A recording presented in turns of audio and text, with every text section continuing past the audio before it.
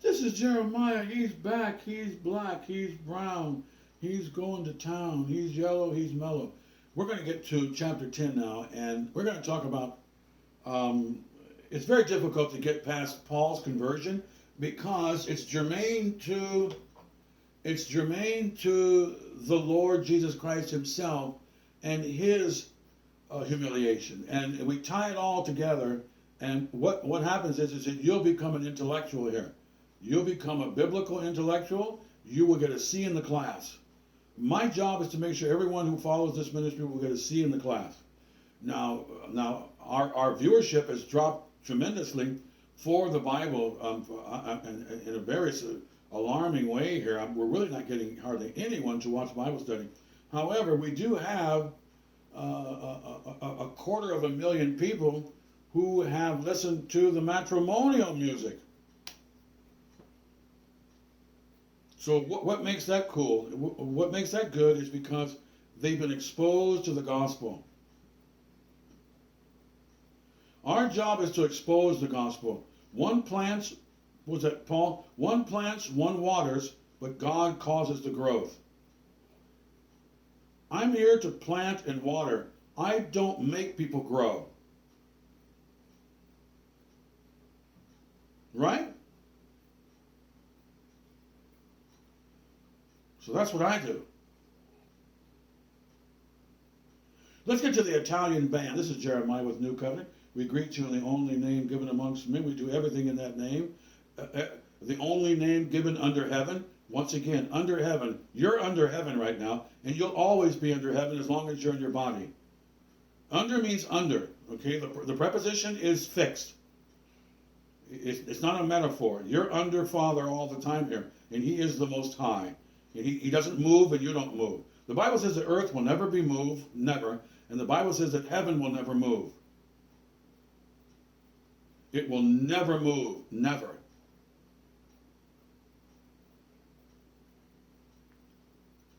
Let's go to chapter 10. We're going to see the word Italian. My Italian friends out there, what's the word? Bienvenido, bienvenitas, bienvenue in France, and of course it's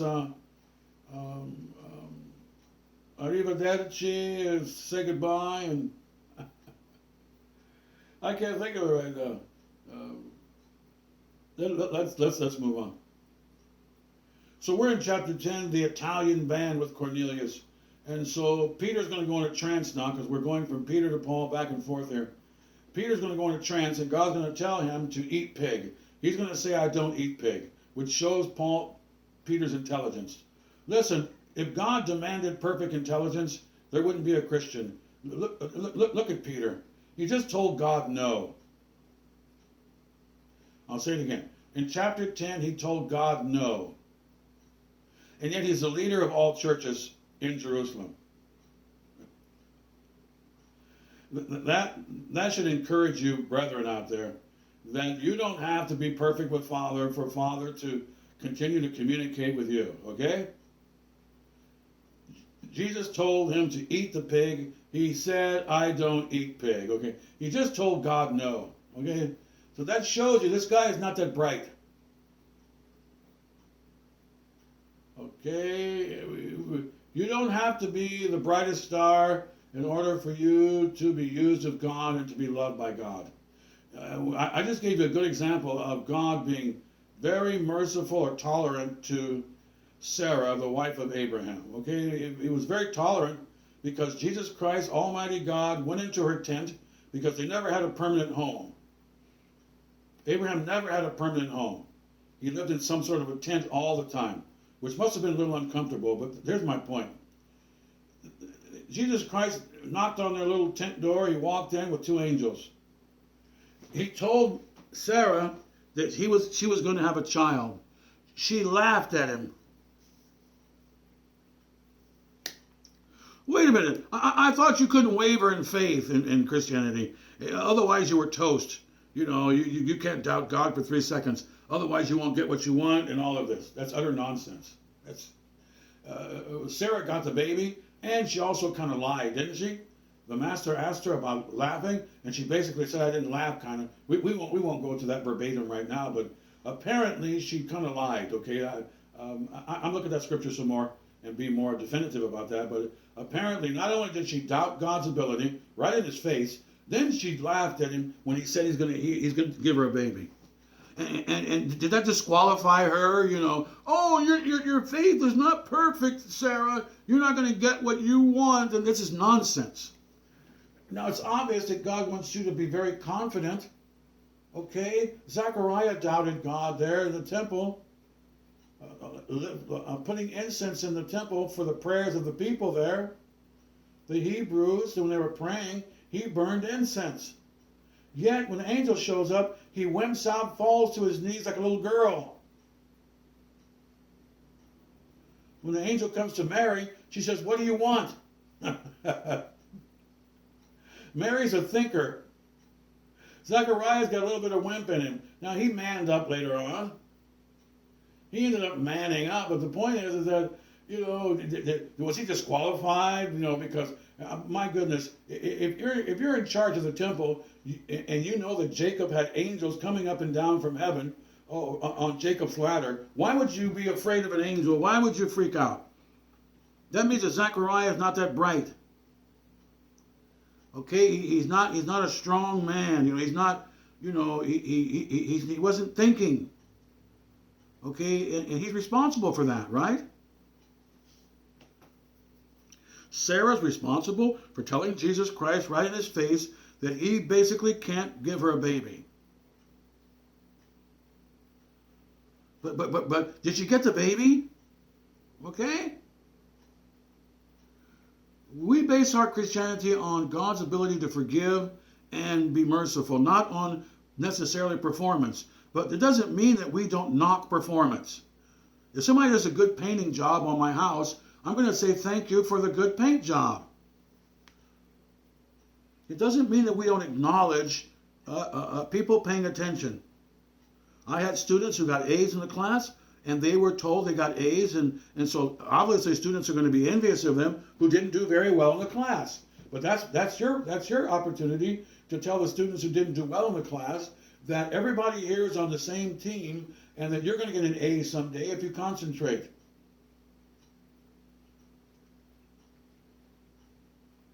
And that you're just as valuable as the A student here. And you need to know that. And we're not here to put you down because you got a C or a D or an F. We're here to help you. And you need to know that. Just because the student who got an A got some sort of award, so to speak, well, in a way, they deserve an award. Right? However, we're not going to worship them. We're just going to say good job and let it go. And they're essentially no more valuable than you are who got a D. You need to understand that. And furthermore, you who got a D in the class, if you hadn't watched video games all night, you would have probably gotten an A also. That person went home and studied, okay? You went home and played video games. Okay? So you can't blame them for getting an A, and you want me to give you an A when you played video games. I can't do that. Okay? Now, we're having a hard time getting past chapter 10 here. Now, God is no respecter of persons, is what the Lord is going to tell Peter. That's the lesson here. The lesson here is that I want you to engage every human being, no matter who they are, and that I basically am open to loving everybody. That's the point. And of course, we have deliverance going on. Let's talk about deliverance in chapter 10. Chapter 10 is going to talk about deliverance. Deliverance means that God's going to take you out of your hole. Okay, that's what it means. Moses was a deliverer. He took the people out of their hole of slavery. He was the leader to take them out through his negotiations.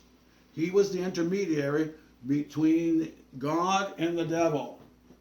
He basically told the devil, Babylon, let the people go. And he said, nope. So he extracted them from the chains of slavery. Okay? Now, deliverance is a big part of the name of Jesus Christ, which is number 10 in this ministry, where I teach you what the name means. Now, Not that complicated. It basically means God is Savior, and it means that God's going to deliver you, save you, and then take care of you. That's what the name means. It also means a lot of other things, doesn't it? That God loved fallen humans so much that he gave you an opportunity to go to the Son. By grace, you can go to the Son now and get saved. If you choose to love and serve the Son, it's on you.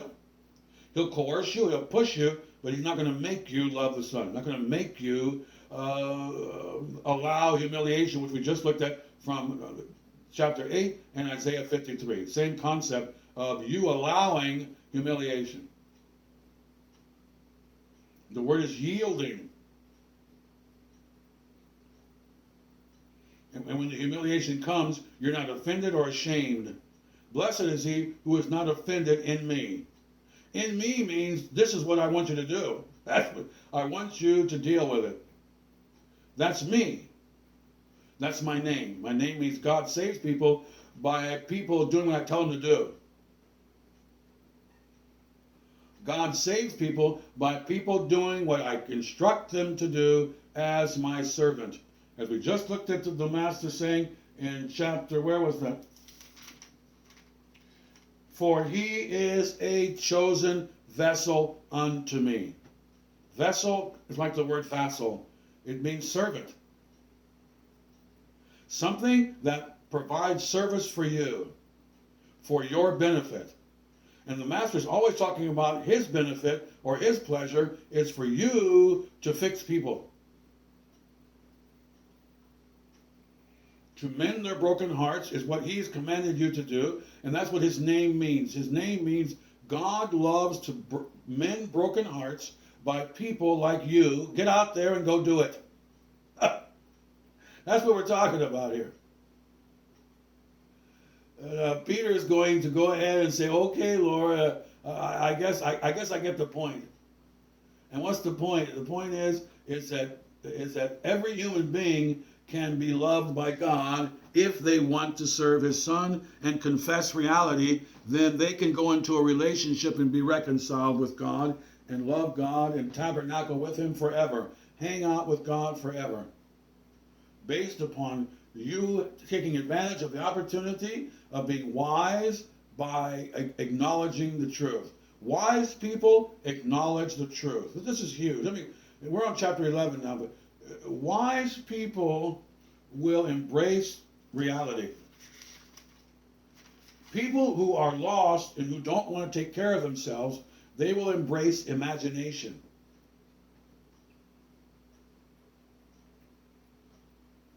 Einstein kept saying, imagination is the key. Why is he saying that?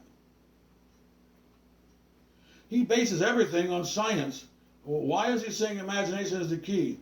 Oh, is he saying that he uses his imagination in order for him to come to scientific conclusions? That's what he's saying. But what else is he saying? He's saying basically that he's God, in my opinion. He's saying that he can imagine whatever he wants to imagine, whether it's in line with the Bible or not. Whether it's in line with the science of the Bible or not, I don't really care. Black holes and all this nonsense. There's no such thing as a black hole, dude. That's a hole in your mind. I extrapolated the existence because of light years of matter and celestial bodies. And there's no such thing as a celestial body. The only thing that is a body is the moon and the sun, and that's right over your head. That's not out there anywhere. The sun and moon are right on top of your head.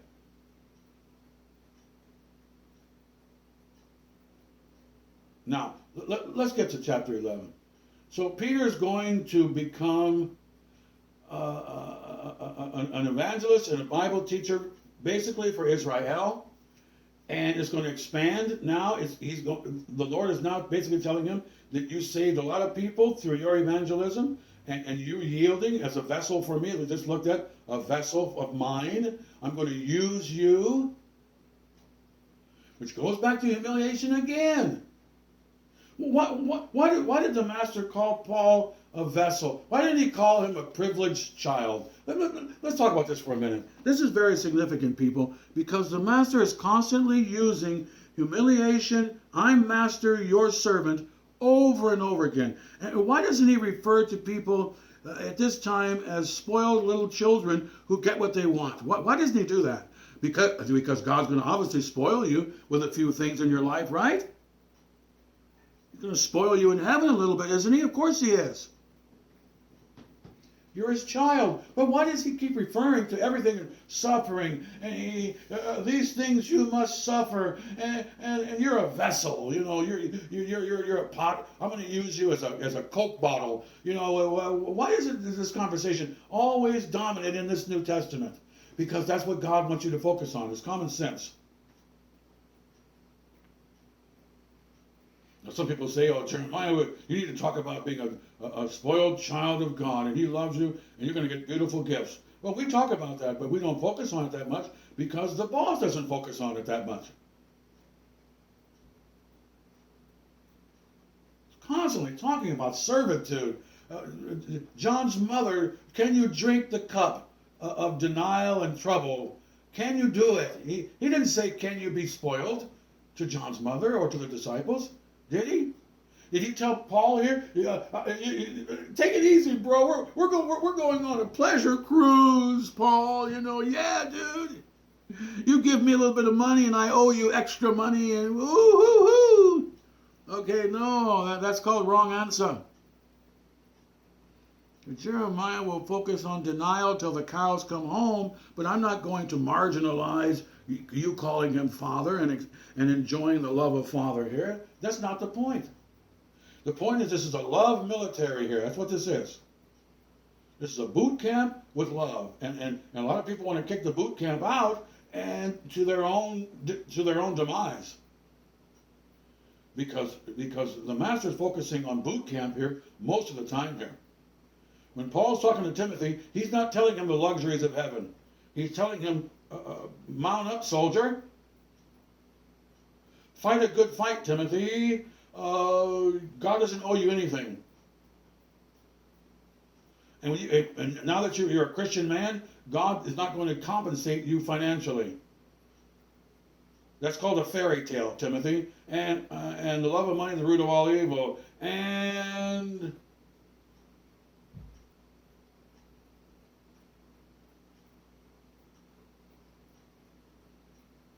let's move on to 11 here.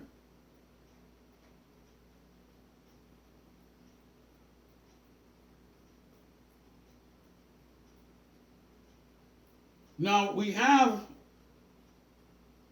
a leader who's going to be wiped out here because he's going to get proud. Let's skip that for now. We'll get back to that next year, in 2 or 3 months. Because the angel of the Lord is going to smite this ruler because he's basically saying he's God. And this is the grandson of Herod or something, I forgot. But he's in royal attire. He's proud. You know, he's basically saying, I'm God. I'm not a man. And so an angel smites him, and he turns into worms. That's the only thing I want to mention in chapter 11. You better watch yourself. Pride can cost you. This ruler was a ruler in purple or something, in royal attire, velvet. You know, this guy's in charge. But his head swelled too big, and he turned into worms.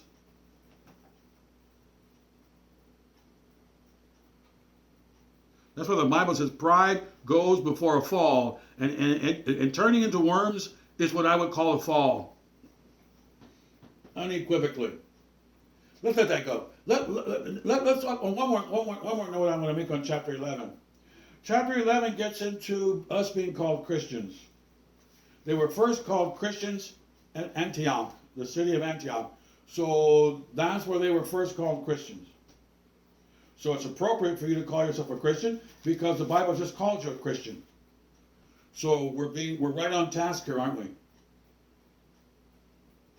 We're being precise. We're getting a C in the class. We're passing the class here. Okay?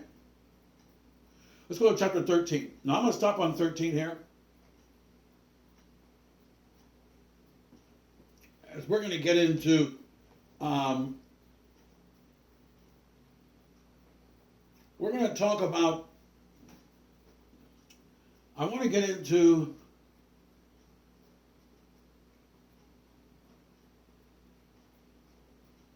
another discourse. We'll probably go into Paul's discourse on the history of Israel. And Paul's going to do exactly, basically what Stephen did, to give them another history lesson. A lot of these people are Hebrews, and one of the best ways to evangelize them is to talk about their history, their own personal history, and then bring in the evangelism. Right? Wise as a serpent, but harmless as a dove. Okay? That's from the Master. So, I'm going to skip this time. When I go back through the book of Acts, I'll go over this history lesson of the history of the Jews, and we'll let that go because I want to move on.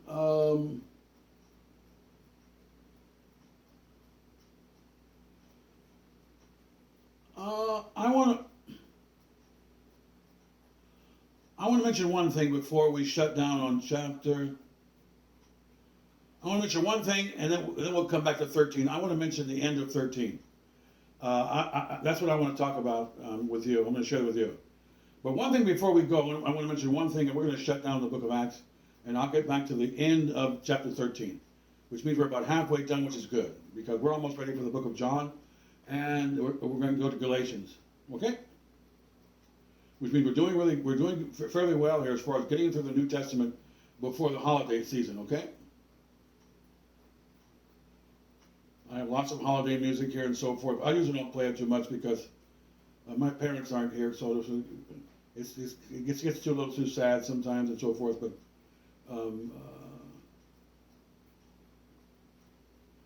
weeping may endure for a night, but joy cometh in the morning. The Lord may be angry with you for a little bit, but he will come to you in mercy. Let's go to, I want to point out, I have found David, a man after my own heart, and the apple of my eye, which shall fulfill my will. Stop right there.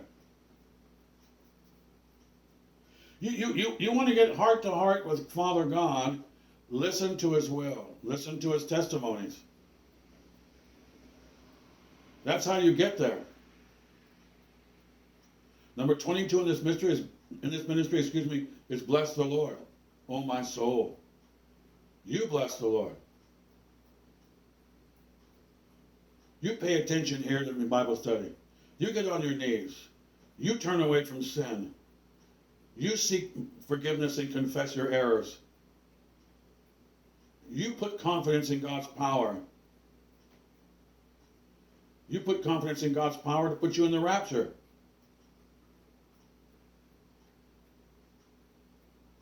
A man after my own heart, I have found David. So the Lord is going around looking for people who have a heart for him.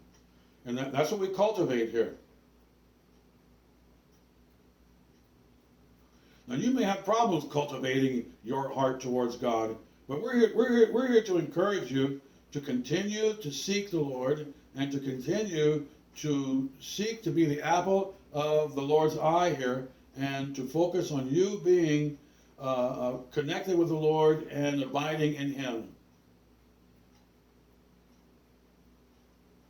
Now you can't embrace Jesus Christ like John did, but you'll be able to embrace him. You'll have the ability in heaven to embrace him, evidently, just like John.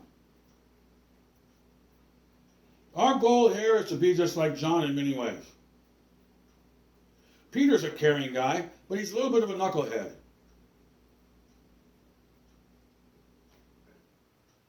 You know, he's quick to talk. That's his personality. He's not a hugging kind of guy. He knocked off the ear of a guy with a sword. He wasn't supposed to do that. This guy's quick to act. He's not afraid. You know, he's brave, but he's not necessarily very smart.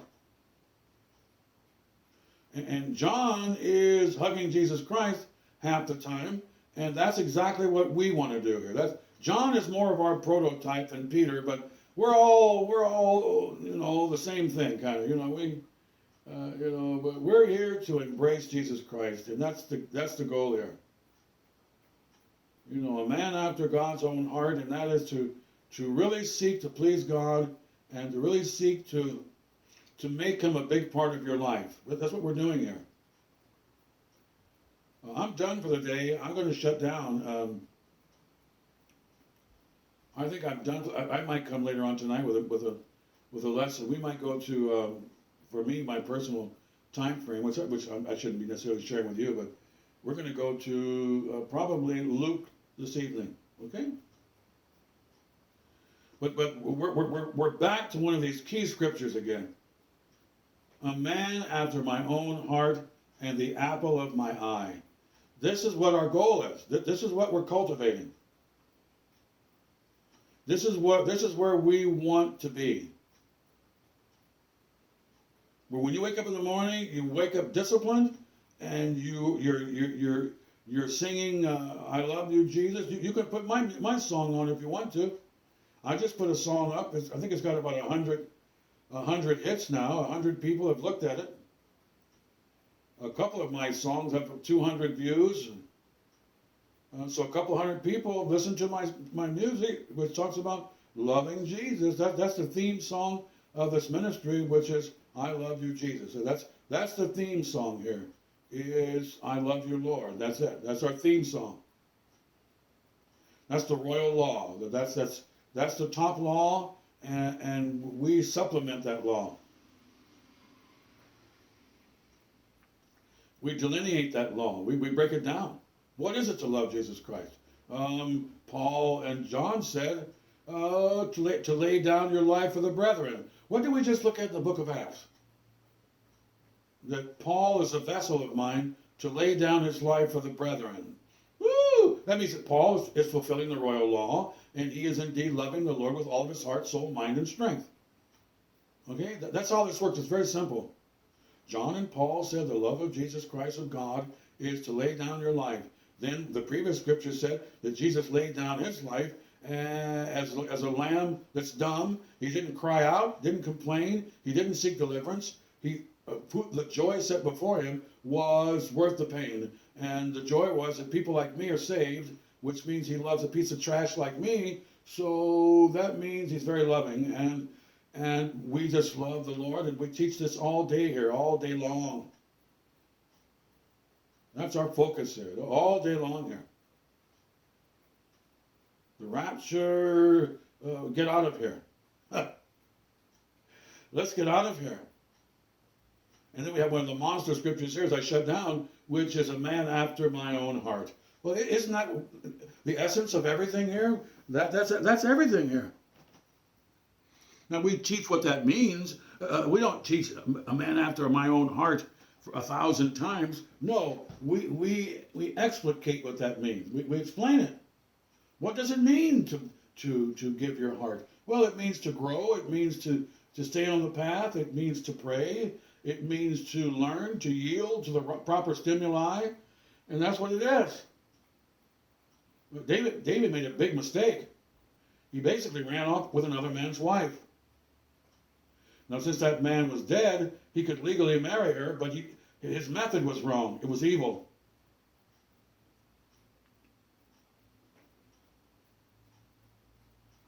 We'll come back to 13 as we get ready to round this up. And that's it. Jeremiah is on fire. We have 13's big. I'm going to jump all the way. I'm going to stop on 13 probably, and we'll come back to the book of Acts in a couple of months. No, we got 14. I'm sorry. We have 14 and 16. And 17 and 19. I decided to give a little bit of that. So that's going to take another week or so. And And then we'll be ready for October in my time frame of 2023. We'll get right into John and probably Galatians. And we're doing very well because I wanted by December to basically have the New Testament done and even throw in some Isaiah and Psalms while we're at it. Okay? As many of you know, Isaiah and Psalms are just, that's where we have to park. I bounce around. I just looked at some nice scriptures in Job and so forth. We move all over the place there. You know, there's good stuff all over the place. Too much good stuff. Maranatha. Corinthians 16. If anyone doesn't love the Lord, cut them off. That's what Paul said. Some of you need to go into cutoff mode. Some of you need to be tolerant. The Lord will guide you in this area. You don't cast your pearls before swine. I don't go into bars where people are fighting and evangelize. I wait until the fight's over. Use wisdom. Jeremiah's done. We had a wonderful time. God's going to bring His love to you, and that's going to bring you joy. One of my favorite names of an English person is Lovejoy. What a wonderful name. I had a young lady sit in front of me. Her name was Love. Her last name was Love, and she was absolutely beautiful. She was a dark-skinned soul sister, but she was absolutely beautiful. I mean, that lady was, woo, she was something else. But and her last name fit her perfectly. Some people's names are really nice names, right? I mean, Lovejoy is like the best name I've ever heard. Because God gives you love and it brings you joy. And the joy of the Lord is your power. That's where your power comes from. You're excited. That's the glory of God's grace in you. His energy in you. Flowing through you because you're doing the right stuff. You're new wineskins. God's not going to let His love flow through people who aren't doing the right stuff. Right? We're here to teach the right stuff to do here. Maranatha. Amen. Hallelujah.